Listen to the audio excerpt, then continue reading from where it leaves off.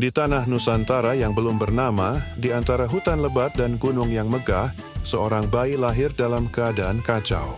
Bayi itu bernama Wira Saksana. Kelak, dunia mengenalnya sebagai Wiro Sableng, pendekar 12. Malam itu, kampung kecil tempat Wira dilahirkan diserang oleh pendekar sesat bernama Mahesa Birawa.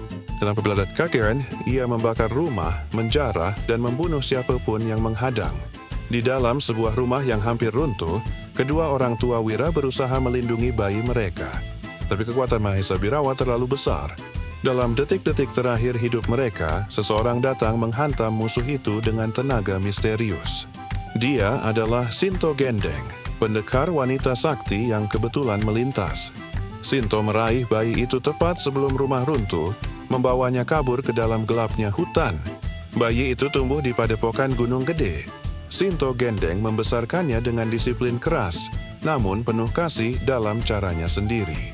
Di usia 10 tahun, Wira sudah bisa memecahkan batu dengan pukulan tangan kosong. Di usia 15 tahun, ia sudah menguasai jurus-jurus yang bahkan pendekar dewasa pun takut mempelajarinya.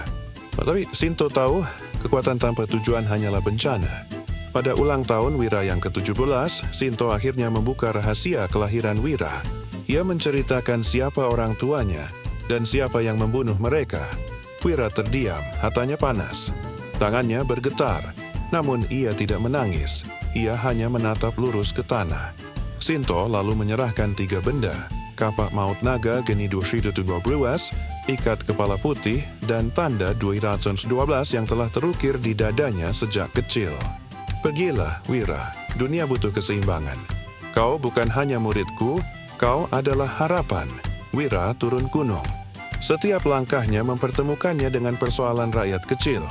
Bajak laut yang menindas, perampok berkedok pendekar, penguasa yang lalim. Dan Wiro selalu berdiri untuk mereka.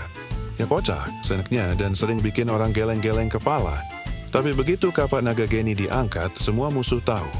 Kau ini bukan pendekar biasa. Di depan pertarungan, Wiro semakin dewasa. Namun tekad mencari Mahesa Birawa tidak pernah padam. Bertahun-tahun Wiro mencari jejak musuh yang menghabiskan keluarganya. Sampai suatu senja, di lembah sunyi yang dipenuhi kabut, ia akhirnya menemukannya. Mahesa Birawa, tidak ada banyak kata. Hanya ada 2 tatapan yang menyimpan masa lalu kelam. Pertarungan dimulai, tanah bergetar. Udara pecah. Kapak naga geni melawan tenaga hitam Mahesa Birawa. Wiro terpental beberapa kali, tapi ia bangkit. Ia bukan lagi bayi yang diselamatkan dari rumah terbakar. Ia bukan lagi remaja yang bingung mencari jati diri. Ia adalah pendekar Durius Dwarunan. Dengan satu hentakan tenaga dalam yang ia latih selama bertahun-tahun, Wiro mengarahkan pukulan maut ke dada Mahesa Birawa. Musuh besar itu tumbang. Akhirnya, ketika badai mereda, Wiro berdiri seorang diri. Pertarungan telah selesai, tapi perjalanan hidupnya baru dimulai. Ia menatap langit, mengenang orang tuanya, dan mengucapkan terima kasih kepada Sinto Gendeng. Karena dari seorang bayi yang kehilangan segalanya, Wira tumbuh menjadi pendekar yang menjaga dunia dari kegelapan. Dialah Wiro Sableng, pendekar yang kocak, gila, tapi berhati emas.